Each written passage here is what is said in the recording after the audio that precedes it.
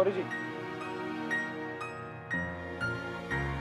काय झालंय? तू मला इथे भेटायला का बोलवलं? कुछ जरूरी काम है, पर पहले आप सांस तो ले लीजिए. नाही नाही, तू पटकन बोल. मला टेन्शन आलंय खूप. मला पण टेंशन आला.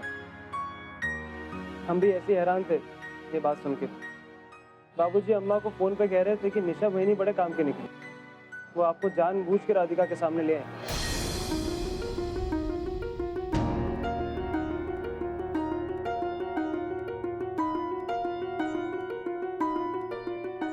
निशा वहिनी अम्मा के कहने पे हमारी जासूसी कर रही हैं और इसके लिए अम्मा से पैसे भी ले रही हैं.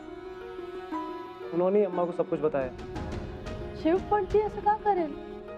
उलट आपलं लग्न व्हावं असंच तिला वाटतंय आणि त्यासाठी वाटेल ती मदत करायला तयार आहे. हमें तो लग रहा है ये भी उनकी कोई चाल है. पता नहीं वो क्या चाहती है. आप बस उनकी बातों में मत आना. बस इसीलिए हमने आपको बुलाया.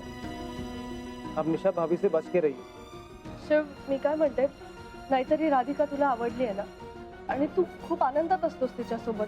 तू तू तिच्याशीच लग्न कर. मतलब आप हमसे शादी करने को इनकार कर रही हैं? हो. जलन हो रही है आपको? चलिए, जलन तो होनी भी चाहिए. प्यार का दूसरा रूप है. पर शादी तो हम आपसे ही करेंगे. अरे पण आपल्या बाजूने कोण आहे? सगळे विरोधात आहेत आपल्या.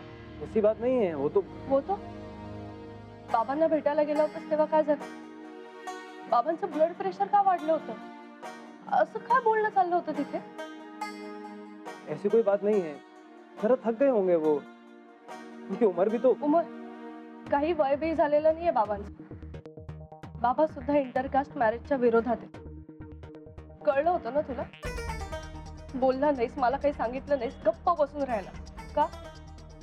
शिव, आपलं लग्न नाही होऊ शकत. शिव, आपल्यासोबत कोणीच नाही. आपण एकटेच आहोत. आपल्या प्रेमात कोणीच खुश नाही राहू शकत. तुझे अम्मा बाबूजी नाहीत आणि माझे आई बाबा सुद्धा नाही. ही आपली माणसं आहेत शिव, आणि यांना दुखावून मी लग्न नाही करू शकत. मला नाही करायचं लग्न. तू तू अम्मा बाबूजींनी पसंत केलेल्या मुलीशी लग्न कर. जज साहब, सुना दिया आपने सजा. आप कहेंगी तो हंसते हंसते सजा को भी कबूल कर लेंगे. पर उससे पहले एक दरख्वास्त है हमारी. जब हमने आपके बाबा की इस मामले में राय सुनी तो हमारे भी पैरों तले जमीन खिसक गई थी. तो उनकी हालत देखकर हम कुछ कह तो नहीं पाए, पर हम उनकी राय बदलेंगे. Paneer mushroom stick with barbecue sauce करण्यासाठी लागणारे साहित्य: किसलेलं गाजर, उकडलेला बटाटा, पनीर, तांदूळाचं पीठ, रवा, मटार, मशरूम, कोबी, मीठ, मिरची, कोथिंबीर आणि बार्बेक्यू सॉस. कृती: प्रथम एका बाउलमध्ये किसलेलं गाजर, उकडलेला बटाटा, कुस्करलेलं पनीर, मटार, मशरूम, हिरवी मिरची, कोथिंबीर, कोबी, मीठ आणि तांदूळाचं पीठ घालून सर्व एकजीव करून घ्यावं. तयार मिश्रणाच्या स्टिक बनवून रव्यामध्ये घोळवून गरम तेलात तळून घ्याव्यात आणि सर्व्ह कराव्यात. मामी, कोणता भक्त हाक मारतो आहे? ध्यानात इतके मग्न आहात. बाणाईला भेट घ्यायची आहे देवी. वाटलंच मला. ती अस्वस्थ असणं स्वाभाविकच आहे. तिच्या दृष्टीने हे सारंच गोंधळून टाकणार आहे. अशा वेळी तिला तुम्हाला किंवा मला भेटावं असं वाटणं हे स्वाभाविक आहे. नमस्ते अंकल जी. वो हमें आपसे. कशा करता आलास तू इथे? विकीची चारी करायला? काय समजतो काय स्वतःला तू? अरे आजारपणात माझा जीव वाचवला म्हणून घरातल्या पोरी बाळींवर.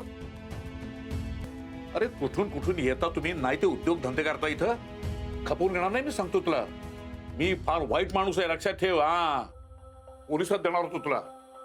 केवळ विकी आडवा आला म्हणून लक्षात ठेवलं. ते इथून दिंड काढणार होतो तुझी मी. मामा, आता आपण काहीच करू शकत नाही.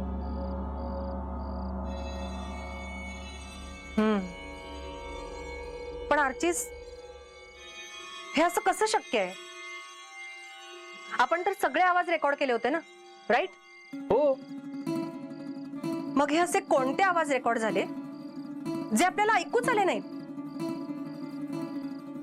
I mean, how can it be possible?